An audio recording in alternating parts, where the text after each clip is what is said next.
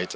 Ladies and gentlemen, we can't keep you waiting for too long. You all have Donc, on ne peut pas attendre vraiment pendant longtemps parce qu'il y a d'autres panels. Donc, je vais recommencer encore. Nous allons parler ici des ports écologiques, des océans bleus et de décarboniser l'industrie maritime. Là, nous allons commencer et les autres vont nous joindre. Nous allons avoir une très belle présentation d'un des experts dans le terrain qui va nous donner un peu des basiques. Donc, des applaudissements forts pour M. Abe, qui est un partenaire de TMP, qui est un consultant majeur dans le domaine de la logistique. Donc, vous êtes la bienvenue, monsieur.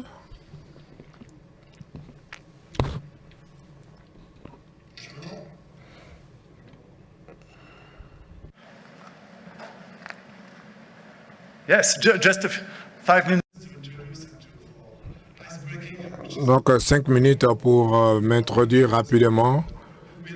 Nous avons quelques chiffres à vous donner pour vous dire un peu de quoi il s'agit lorsqu'on parle de logistique, tout ce qui est dioxyde de carbone, les émissions, ce qui est 7%. Mais dans le domaine de maritime, c'est à 3%. Aujourd'hui, nous avons 4% parce que l'Afrique fait moins de commerce que d'autres continents. Mais c'est quelque chose qu'on pourrait développer. Et donc, ici, l'ambition, tout le monde a déjà entendu parler de l'émission zéro à 2050. Le problème est que beaucoup d'infrastructures sont nécessaires pour pouvoir accomplir cela. Nous avons besoin de 170 milliards de dollars d'infrastructures. Et c'est très important aussi pour pouvoir avoir un guichet unique maritime unique qui doit être mis en œuvre. Parce que il y a beaucoup de projets qui sont soutenus par les corps tels que la Banque mondiale pour pouvoir numériser les opérations, pour pouvoir promouvoir les projets PPP dans toute l'Afrique. Mais à la fin de la journée, ici, il y a beaucoup de jeux à faire pour pouvoir réduire ces émissions-là. Et en tant que résumé, ce que nous pouvons faire, il y a deux types d'actions. La première, c'est la technologie. La deuxième, c'est par rapport au gouvernement, la promotion de l'innovation. La technologie, c'est la numérisation. Hier, certains des membres présents ici, nous avons eu un atelier sur le besoin de pouvoir numériser et d'avoir aussi un guichet unique dans les ports. Pourquoi? Parce que cela permet d'accélérer la rotation des vaisseaux et le temps aussi dans les différents ports. Et le deuxième point, c'est les données et l'intelligence artificielle.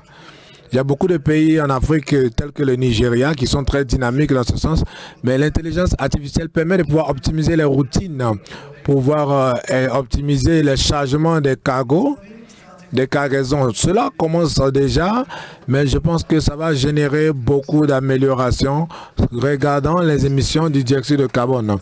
Nous voyons aussi que les PME sont nombreuses en Afrique qui n'ont pas été mises en œuvre totalement.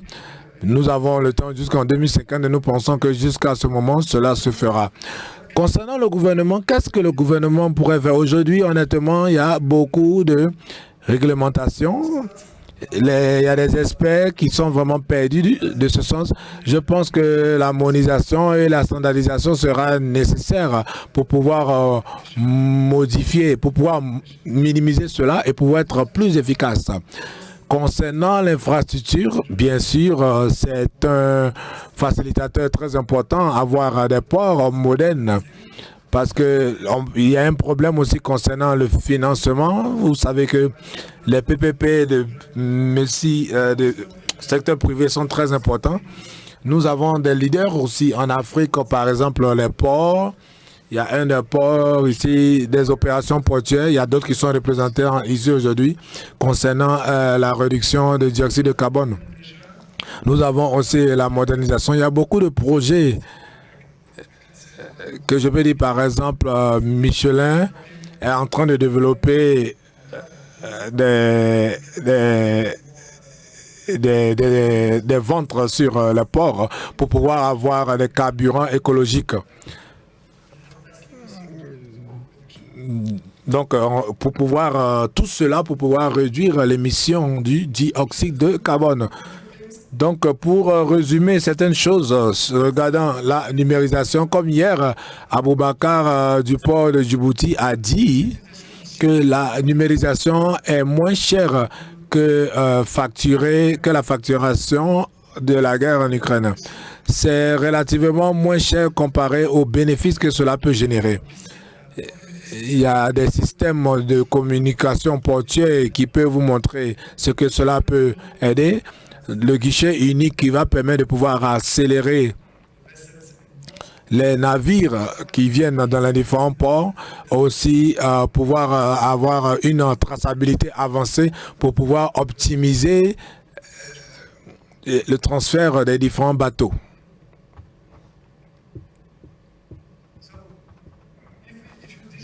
Donc, si vous utilisez la numérisation, vous allez collecter beaucoup de données, qui est le carburant pour l'intelligence artificielle. Nous sommes juste au commencement aujourd'hui.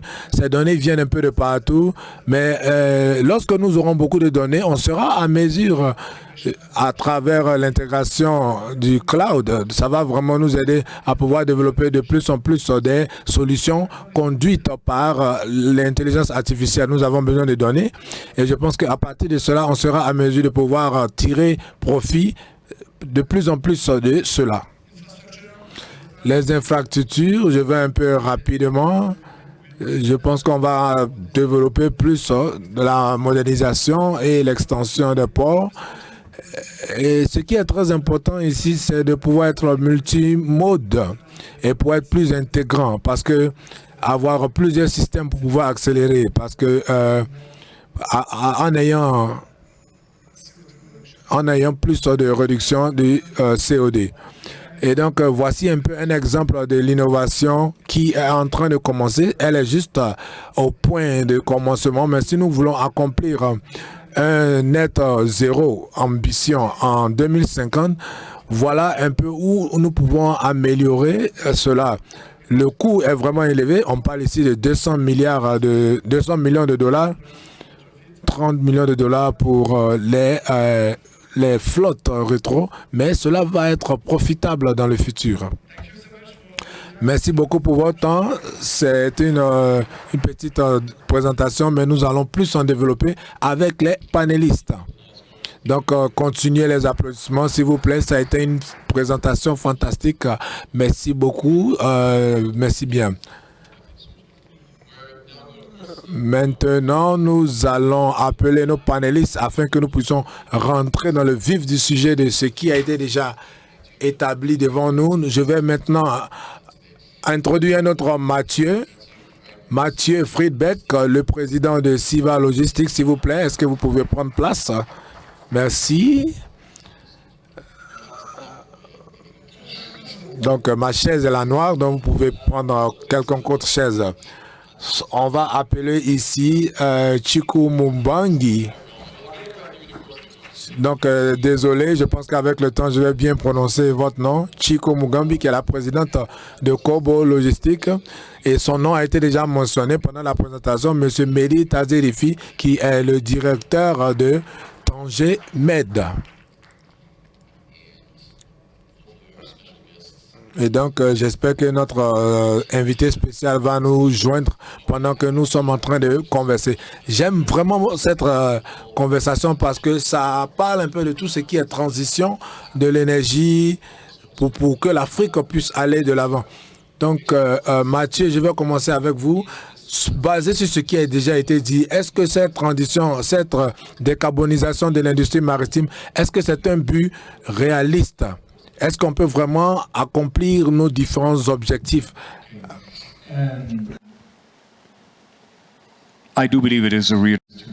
Bien, je crois certainement que c'est un objectif réaliste, plein d'ambition, bien sûr. Décarbonation d'ici 2050, évidemment, avec tous les acteurs, nous sommes dans ces regards, dans cette direction des regards. avec mon entreprise en regardant bien ces programmes. Bien sûr qu'il y a assez d'incertitudes. Nous sommes là en train d'agir. Nous sommes en train de voir comment nous pouvons moderniser notre flotte avec une technologie de pointe. Pour ne faire que ces résumés, bien sûr, premièrement, c'est avec la technologie, mais ce n'est pas suffisant. Nous sommes en train de tourner nos regards de part et d'autre dans tout le sens pour retrouver une autre technologie. Par exemple, l'usage de l'hydrogène. Nous savons très bien qu'il n'y aura pas seulement pour nous, il n'y aura pas seulement une seule solution avec différentes énergies, différents moyens de propulser. Bon, comprenez, avec toutes ces technologies qui émergent, ça va nous coûter. Nous avons encore tant d'incertitudes, comment nous allons évoluer pour faire l'approvisionnement d'une quantité importante de carburant en termes de volume. Je comprends, évidemment, nous sommes dans la dynamique, nous sommes là en train de bien comprendre avec, je pourrais dire, l'attitude de chaque acteur, de bien comprendre, la lire des choses avec Combo, avec la technologie, avec quelques productions des carburants, les réglementations pour essayer de mettre sur pied un terrain commun. Là où nous pouvons tous jouer notre rôle, surtout avec la décarbonation, ça va coûter. Le coût, c'est tellement immense, hein? C'est une affaire de 100 000 milliards. Rien que pour ne mentionner que ce genre de chiffres. Il ne faut pas réfléchir en réduction. Et pour le travail, ça serait aussi de nous rassurer que tout ce projet, tout le monde, tous les participants, bien sûr, ça va demander assez de participation provenant de tout le monde qui se trouve sur la ceinture de la chaîne d'approvisionnement. Je sais que ça va vraiment vous demander de taper à la poche. Ça serait très coûteux. Mais nous avons besoin de cibler plus de productivité. Bien, merci beaucoup. Merci bien. Laissez-moi revenir à vous. Qu'en pensez-vous sur le coût? Mathieu a parlé du coût, d'accord. Hein? Évidemment, Mehdi, vous pouvez nous donner aussi un élément très clair concernant le coût qui va porter un peu sur ses épaules des responsabilités techniques et administratives et financières, la question du coût. Oui, d'abord, veuillez m'excuser de vous remercier pour m'avoir invité à cette session. Nous allons essayer de jouer notre rôle en tant que participants. C'est pour bondir dans la même direction que Mathieu. Il disait tout à l'heure, aujourd'hui, nous avons 30%, d'accord, en termes de coûts. S'il faut évaluer un peu cela, ça, ce n'est que la taille du problème. Avec 30, il y aura 17, d'ici 2050, qui va s'ajouter 17%, d'accord. Et qu'est-ce qui va se passer? Ceci a été supposé, je pense que avec beaucoup d'entre nous qui jouent un rôle important dans ce secteur, nous pouvons dire quoi? Nous pouvons seulement dire nous allons aussi prendre part à cette action avec nos vaisseaux parce qu'il n'y a pas d'autre voie de sortie. Hein. Bien sûr qu'il y a à côté de nous des conventions, des agents de réglementation, bon, et puis aussi l'industrie, les acteurs industriels, ils sont obligés de suivre un peu l'esprit des objectifs que nous sommes fixés dans ces jeux. Bon, je pourrais vous dire que nous sommes en train de faire quelque chose. Nous allons suivre un cheminement purement agressif. Nous avons investi 20 millions d'euros, évidemment pour essayer de changer un peu, de migrer vers le côté écologique pour nos ports.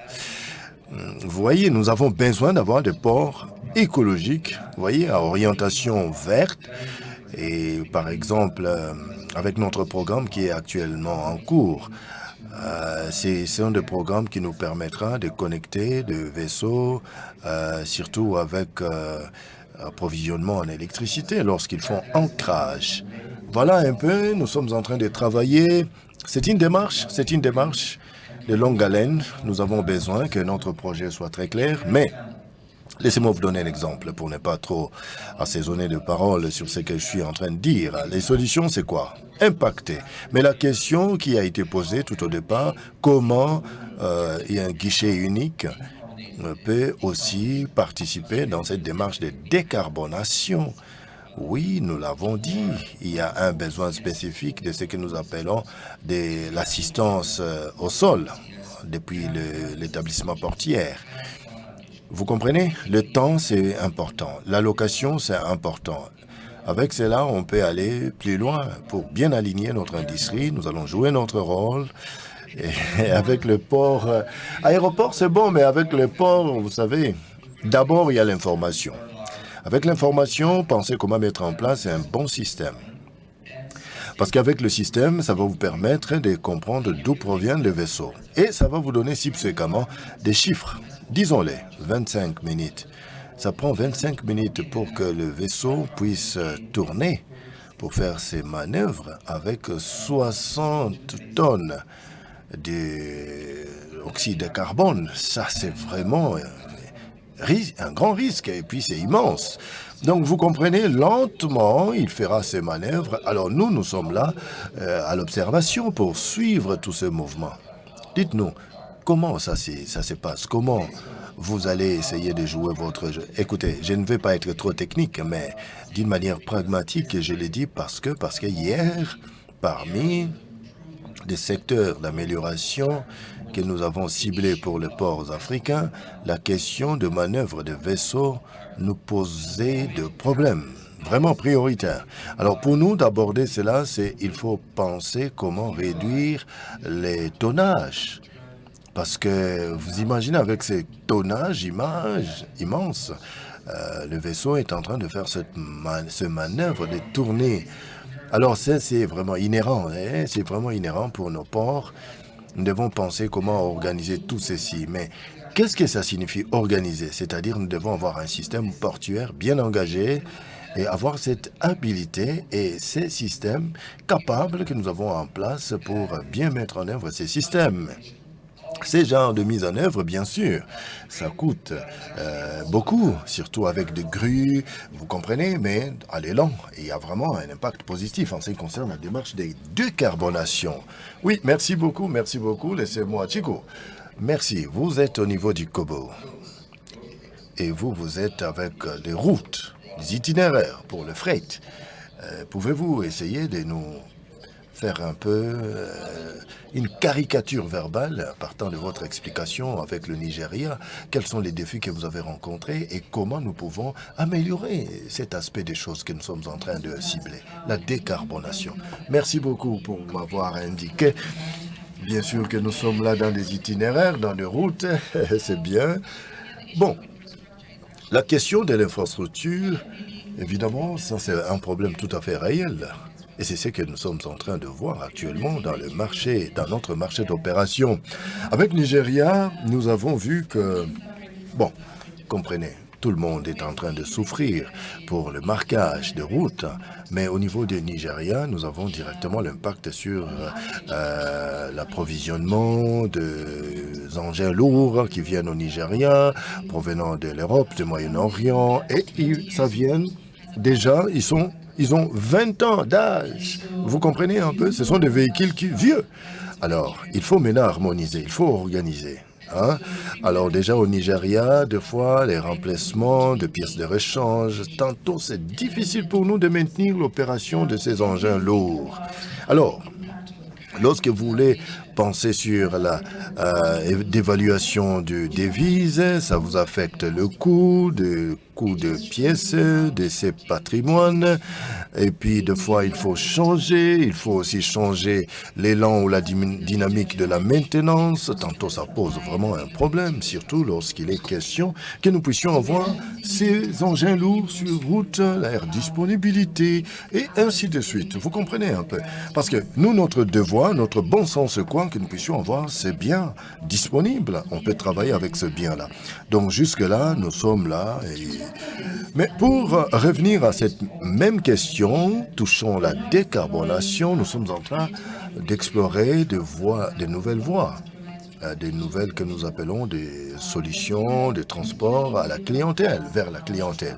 Évidemment, pour voir comment avec nos véhicules, nos engins lourds, ils peuvent être des engins lourds très propres, non seulement pour polluer l'air avec du carburant, surtout de mazout, excusez-moi, mais nous sommes en train de voir surtout avec l'usage de gaz.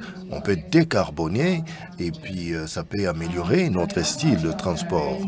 Mais pour gaz, à l'usage, donc le véhicule engin lourd à l'usage de gaz. Ça aussi, c'est vraiment de bonnes pratiques. Nous avons déjà de bons retombées. Le Nigeria a un bon réserve en CHG. Donc dans le monde, un bon réserve d'ammoniac de carbone dans le monde. Nous sommes en train de voir comment nous pouvons continuer dans l'extraction de ces produits. Ça peut nous permettre de réduire un peu ces défis. Et on peut avoir des engins lourds évoluant ou se déplaçant stratégiquement tout le long du corridor. Question de gaz méthane, c'est bon. Jusque-là, nous avons des bons véhicules qui sont des véhicules nouveaux, des engins lourds nouveaux, qui sont vraiment opérationnels, qui n'ont pas assez de consommation importante en matière de carburant. Mais le coût, ça c'est un facteur important. Le coût pour CHG par kilo, c'est presque 4 fois moins par rapport au coût du diesel. Et je pense pour cela, c'est beaucoup plus efficace et très amicable pour que nous puissions avoir les transports soutenus par ces engins lourds. Le coût sera rabattu. Ça va nous permettre aussi de gagner quelque part en retour avec nos denrées, là où nous sommes en train de penser aller desservir nos denrées. Ça va nous permettre que nous puissions rester dans la dimension de la décarbonation. Alors, pour revenir à la question des données que vous avez mentionnées tout au départ, je pense que pour les données, nous sommes une plateforme technologique. Ça fait 7 ans que nous sommes en train d'opérer à travers 6 pays déjà dans l'Afrique. Et avec ces processus, nous avons essayé de recueillir tant de données importantes sur notre plateforme. Nous sommes en train de voir comment tirer profit de nos données. Bien sûr, avec des technologies qui peuvent être beaucoup plus sophistiquées, avancées. Nous allons essayer de voir comment aider nos entreprises, non seulement ceux-là qui se servent de notre plateforme, mais ils peuvent aussi se retrouver potentiellement et ensuite, ensemble, nous pouvons faire des échanges commerciaux concernant les crédits de carbone, excusez-moi, et ainsi de suite. Voilà quelques différentes voies et moyens que je suis en train de vous présenter. Les opportunités sont là, disponibles. Pour toucher un peu sur cette question de décarbonation. Merci beaucoup. Laissez-moi revenir sur un petit point avec le message que vous venez de faire écho.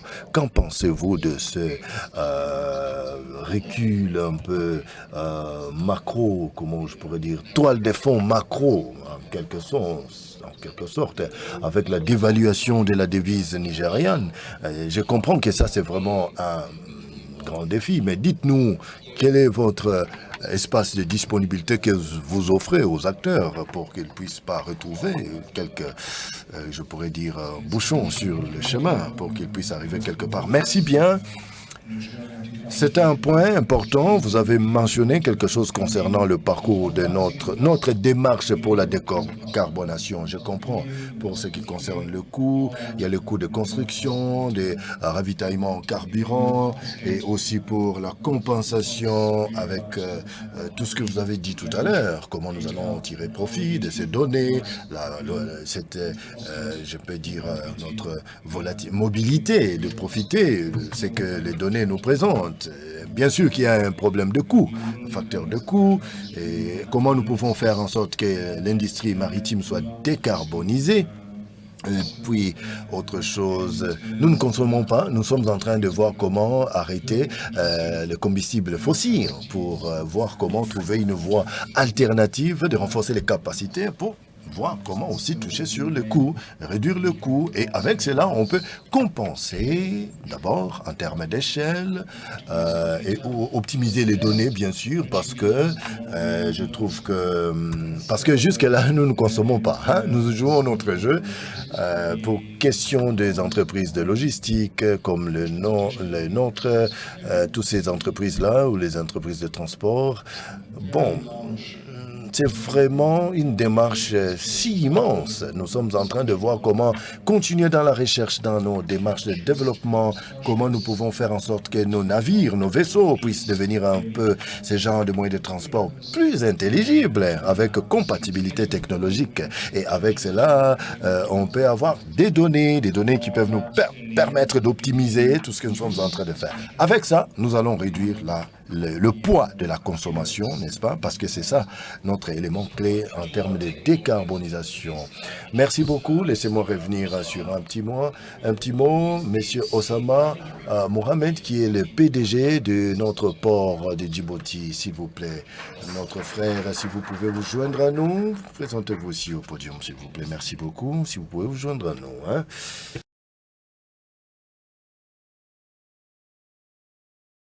I'll throw the next question to you, Jesse. I'll give you. Il y aura aussi une autre question pour vous. Encore une fois, excusez-moi, je ne sais pas si nous pouvons parler un peu de cette question que nous avons dit tout à l'heure. Donc, ces backdrop ou bien cette toile du fond qu'il faudrait peut-être voir comment... Bon, moi, je veux regarder cela du point de vue portière, d'accord? Si on peut prendre un peu quelques marges de recul.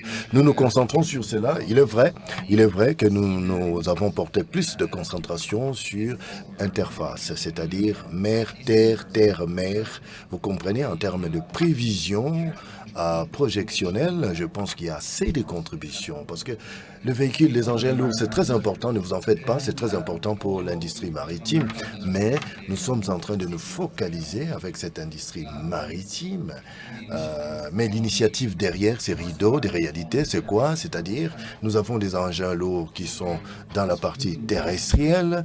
Lorsque nous excluons un peu les passagers, nous devons penser aux initiatives, nous devons penser aux réglementations, d'accord? Peut-être du point de vue notre position en matière d'affaires, je sais que Djibouti est en train de faire la même chose comme nous l'avons même parlé hier, mais peut-être nous pouvons modeler un peu, modifier ou améliorer notre façon de faire le tonnage pour nos engins lourds.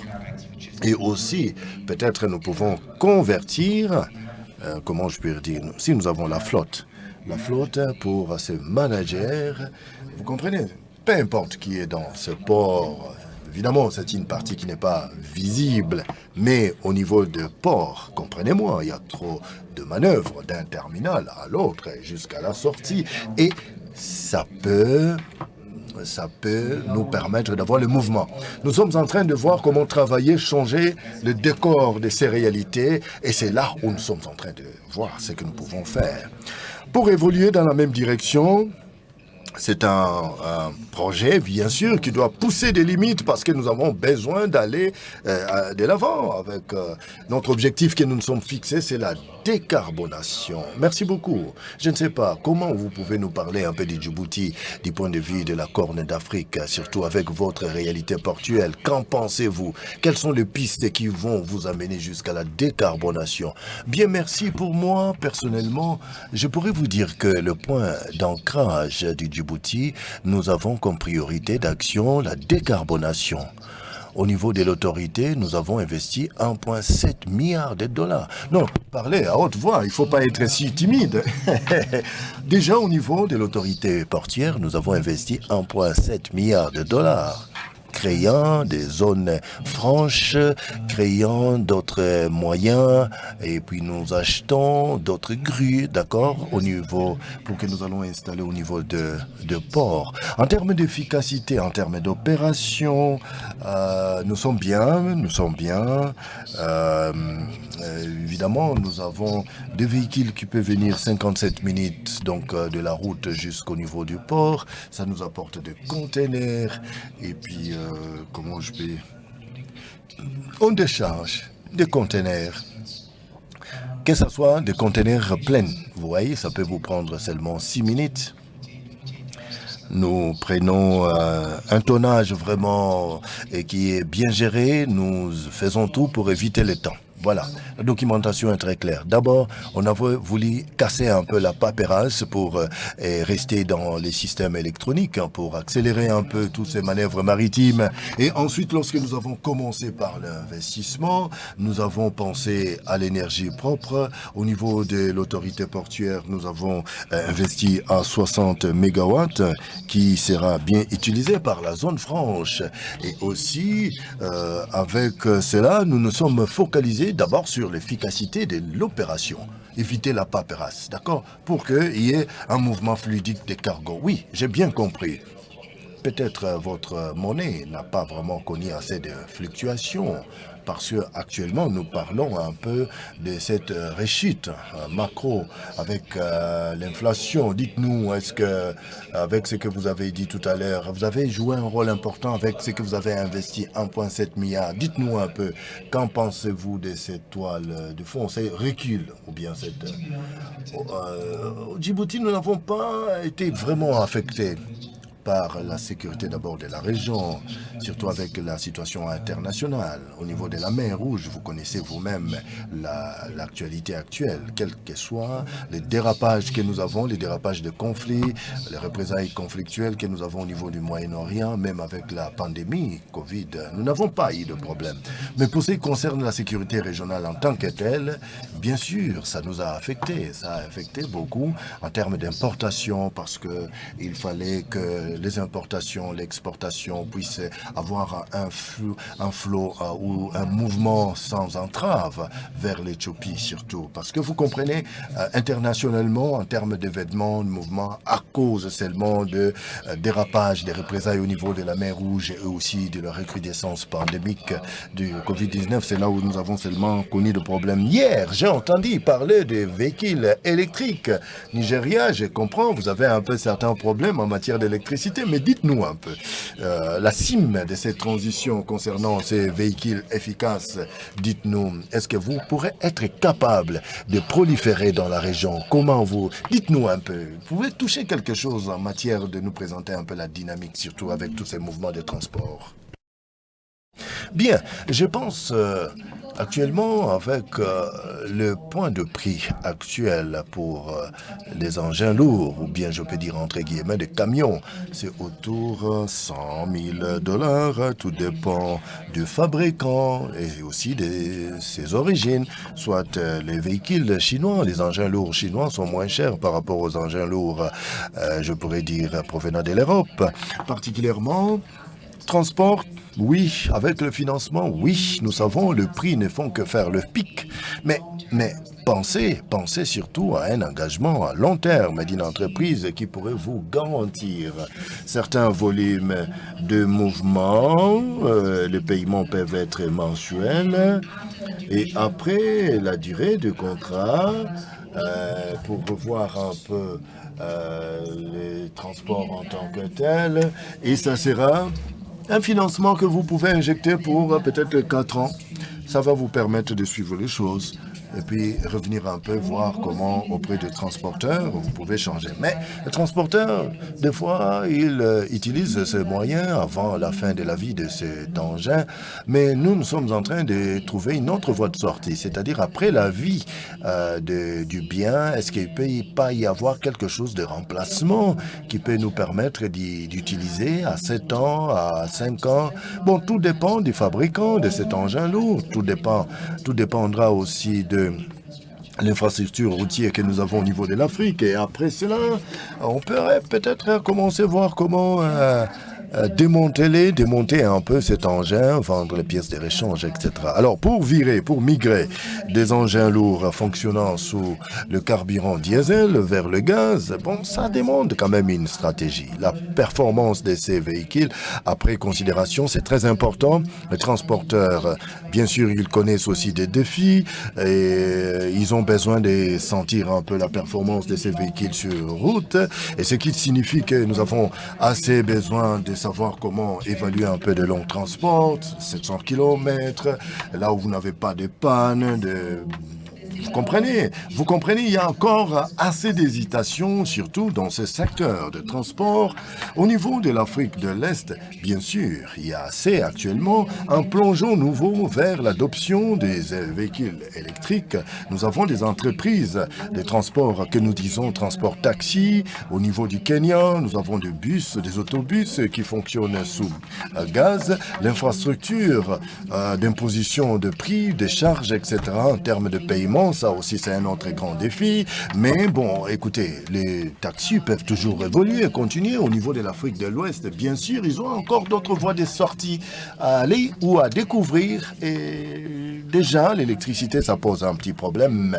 Mais il y a de l'appétit. Il y a de l'appétit, question de coût, moindre coût, ça peut nous permettre de faire des variations, alterner un peu gaz, carburant, ainsi de suite. Mathieu, je reviens à vous pendant que je pose la question. Est-ce qu'on peut avoir des navires, des vaisseaux électriques avec la même dimension telle que notre frère avait mentionné tout à l'heure, parce que je le vois un peu sourire. Est-ce que c'est possible? Vous pensez c'est vraiment une conte de fait ou bien une réalité pour l'avenir? Je pense que c'est un peu comme une histoire. Ce que je peux dire, c'est que je vais être un peu pratique. Je vais vous donner deux exemples d'alternatives qui sont des options. Et la première est que nous sommes en train de construire un vaisseau qui va servir pour des croisières qui est en train d'être faite au niveau de la Chine et aussi en Vietnam. Nous avons un de nos clients qui va essayer de pouvoir aller de l'usine au port. Donc, nous avons travaillé en équipe. Nous sommes dans une coalition qui est... Il s'agit de construire des vaisseaux qui vont être dirigés par le vent, parce que ça ne fonctionne pas partout. Donc, ces navires éoliens auront 65 à 70% moins d'émissions de dioxyde de carbone comme les autres. Donc, aujourd'hui, il y a plus des options un peu plus avancées. Est-ce qu'elles seront massivement sur le plan à échelle? Je doute vraiment. Alors, Mehdi, vous êtes en train de me regarder, en train de sourire. Est-ce que vous pensez que c'est possible de se faire d'une position géographique à une autre?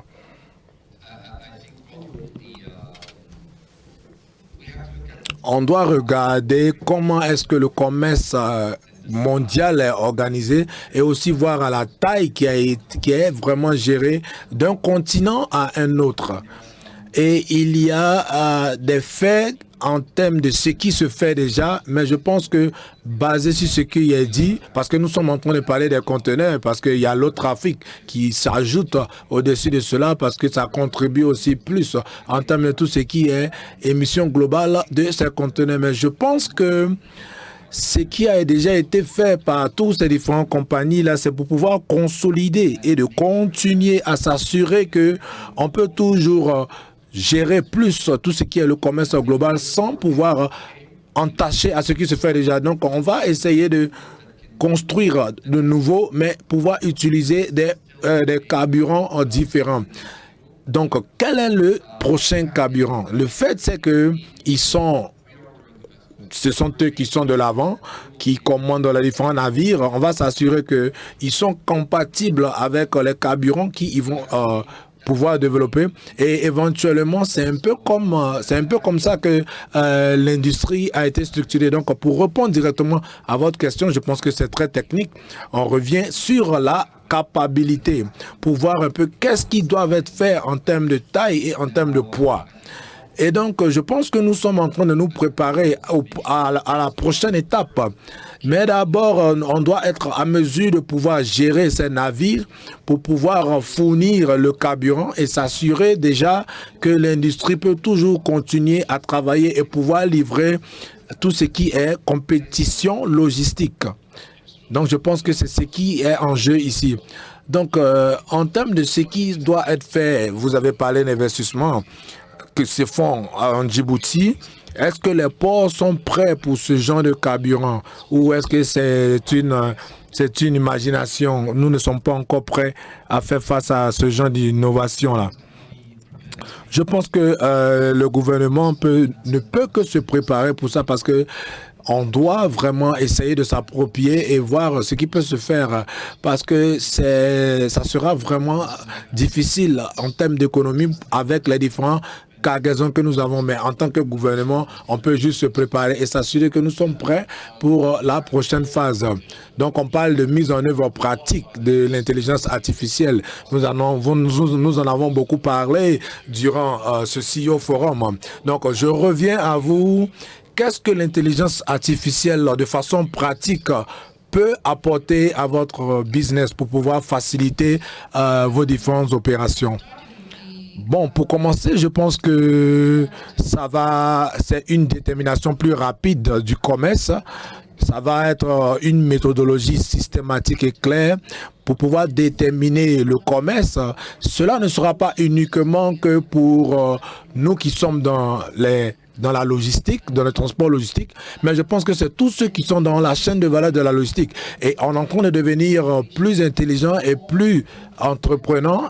Tout ce que nous mettons comme contribution pour pouvoir déterminer le commerce. Il y a aussi le coût du diesel, la qualité des rôles, la durée des voyages, le type de navire qu'ils utilisent. Donc l'intelligence artificielle, c'est quelque chose que nous sommes en train d'utiliser pour accélérer notre habilité à déterminer les différents commerces pour pouvoir bouger et aider tous les acteurs qui sont besoin pour pouvoir les attirer et pour que cela soit plus rapide.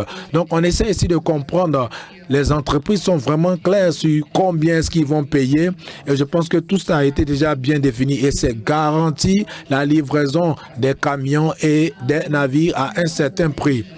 Et comme il y a une autre chose aussi qui est liée à cette conversation, c'est pouvoir être en mesure de pouvoir tirer profit et être plus rapide. La manière que nous calculons l'émission du carbone et de pouvoir faire que cela soit possible dans une manière facile et plus rapide pour les entreprises qui sont focalisées sur cela. Parce que le premier point, la première étape pour pouvoir attirer à la neutralité du carbone, c'est de comprendre quelle est l'émission de carbone et celle qui est générée. Après avoir pu comprendre comment est-ce qu'on peut rapporter cela et voir comment réduire. Donc je pense que c'est aussi une manière pratique de pouvoir déterminer et tirer profit de l'intelligence artificielle. Je peux vous donner des cas où nous avons pu être à mesure de pouvoir prendre des décisions, avoir aussi des opportunités de business que vous pouvez poursuivre. Quelles sont les entreprises qui sont vraiment fiables pour pouvoir collaborer, pouvoir déterminer quel est le bon moment pour pouvoir ne plus utiliser un atout. Donc, ce sont beaucoup de choses dans lesquelles je pense que l'intelligence artificielle pourrait vraiment être serviable pour pouvoir avoir beaucoup d'efficacité dans notre espace.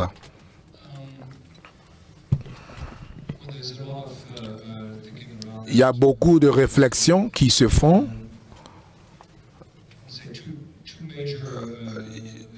Il y a des exemples majeurs et le premier, c'est que ce que nous faisons pour que nos navires deviennent des navires intelligents, il y a beaucoup de données que nous utilisons pour pouvoir capter les données un peu partout.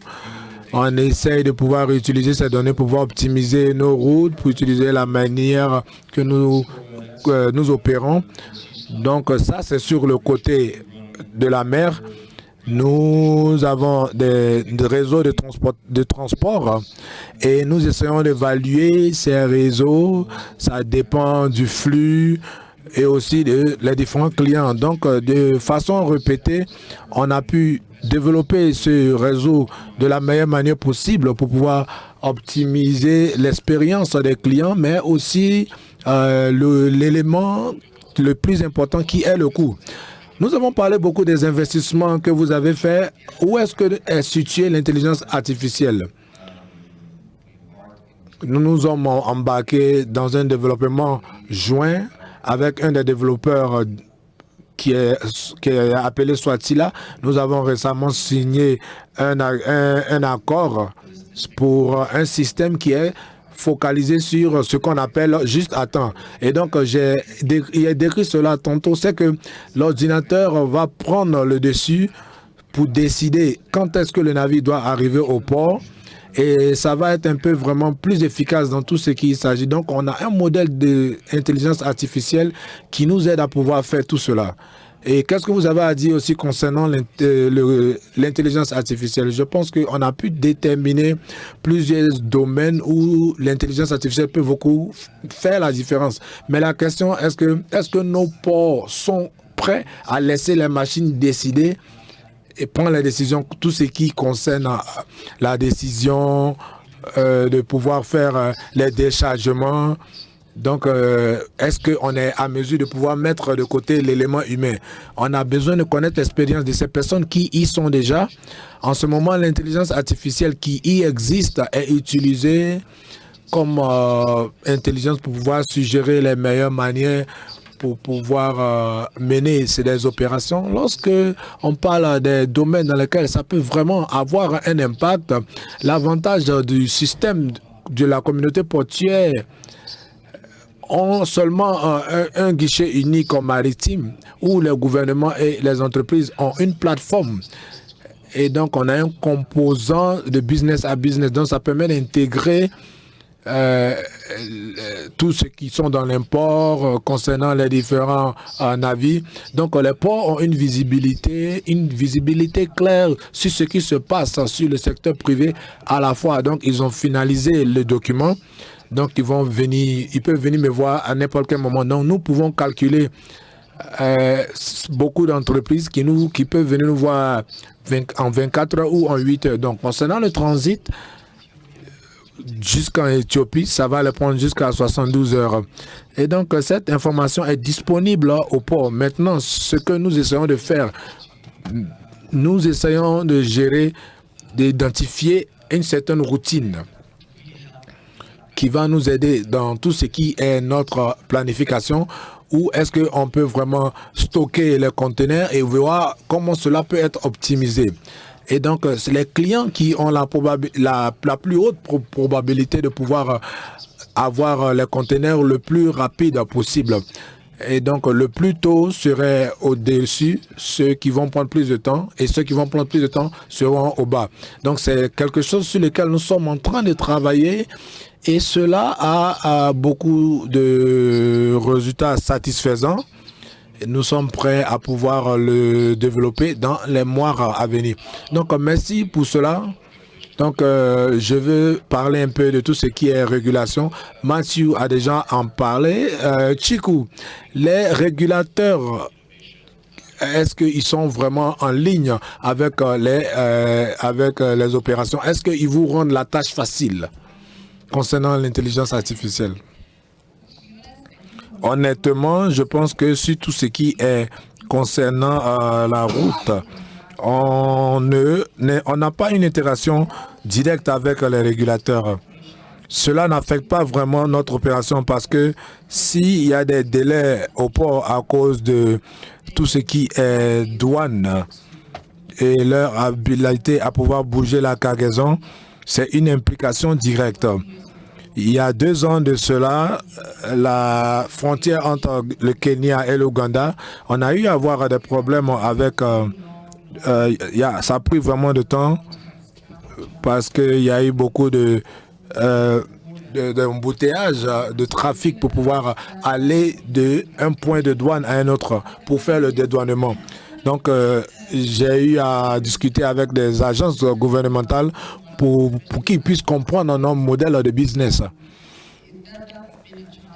C'est un défi que nous avons pour voir comment est-ce qu'on peut vraiment faciliter les taxes. Mais les régulateurs, on n'a pas vraiment beaucoup de problèmes avec eux. Nous sommes en train d'essayer de travailler avec beaucoup d'agences gouvernementales. En Nigeria, par exemple, nous travaillons étroitement avec la commission qui gère tout ce qui est transport routier pour discuter avec tous les différents transporteurs que nous avons déjà travaillé dans notre plateforme, leur fournir les documents nécessaires qu'ils ont besoin pour pouvoir travailler avec toutes les entreprises qui ont des requis vraiment qui exigent un certain requis, qu'on parle de tout ce qui est licence, pour que toutes les informations puissent être optimisées et mises à jour dans le système et pour que cette information puisse être disponible pour les différentes entreprises. Donc voici un peu ce que je peux dire. C'est un exemple d'une collaboration que nous essayons d'avoir. Nous travaillons aussi avec d'autres agences comme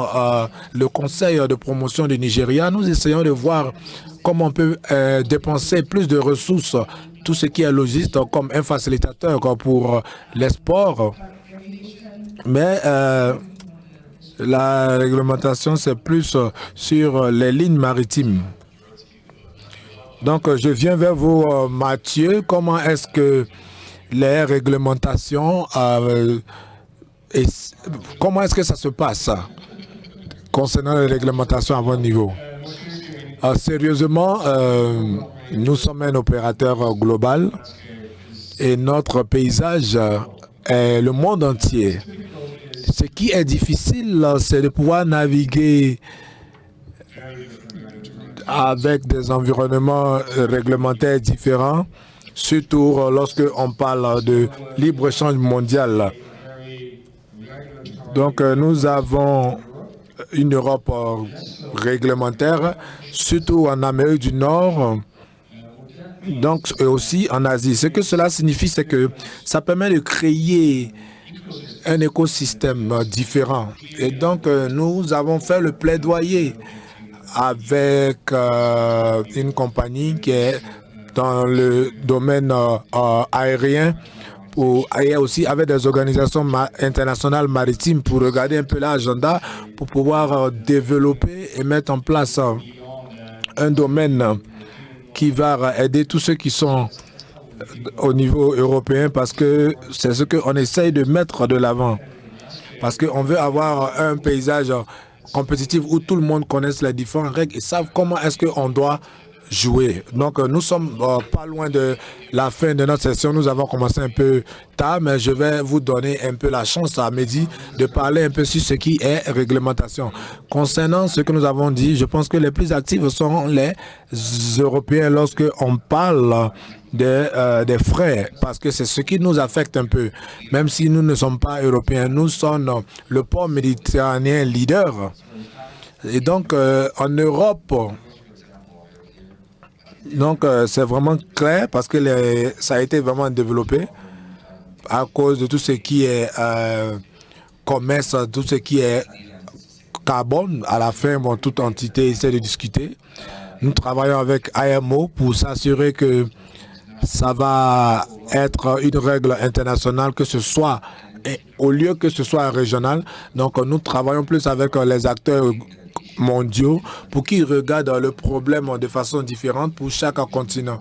Donc je pense que vous pouvez faire l'équation un peu plus complexe, mais je pense que il n'y a pas de règle qui va nous imposer, à moins que nous ne soyons un port écologique. Nous ne sommes pas un port européen, mais parce que nous sommes engagés totalement et nos clients sont comme CMA et Musk, nous nous assurons que nous sommes conformes à leurs normes et nous voulons aussi devenir un port écologique. Je pense que le côté réglementaire, nous avons des partenaires ou des acteurs clés qui sont dans l'industrie, qui ont un rôle de leader pour pouvoir nous aider dans cette tâche-là. Donc, je vais vous donner le dernier mot sur les réglementations. Everyone has paused before answering this question. Tout le monde a fait après sa pause, avant que je te pose cette question de toutes les façons. Allez-y, vous avez la parole, s'il vous plaît. Bien, merci beaucoup. Je vais trouver une bonne façon de phraser cela verbalement parce que ça, c'est une question très délicate. Avec la réglementation, la technologie est là et nous avons besoin, bien sûr, d'être accompagnés politiquement et techniquement par les gouvernements, ce qui va changer carrément l'architecture de faire les choses. C'est pour cela, je pense que quelque part, nous devons avoir une bonne méthode de communication avec les agences.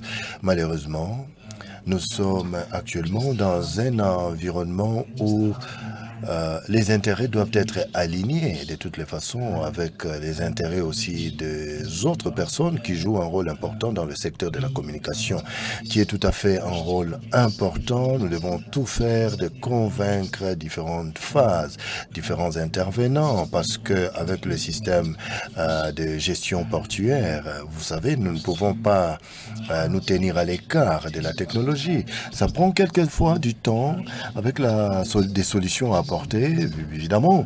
C'est la raison pour laquelle je pense sincèrement que le secteur privé doit être beaucoup plus proactif. Et ça, c'est un volet très important. Fantastique. Mesdames et messieurs, si nous pouvons présenter quelques salves d'applaudissements à ces membres du panel, et laissez-moi vous remercier très sincèrement pour votre participation. Merci pour votre aimable attention aussi.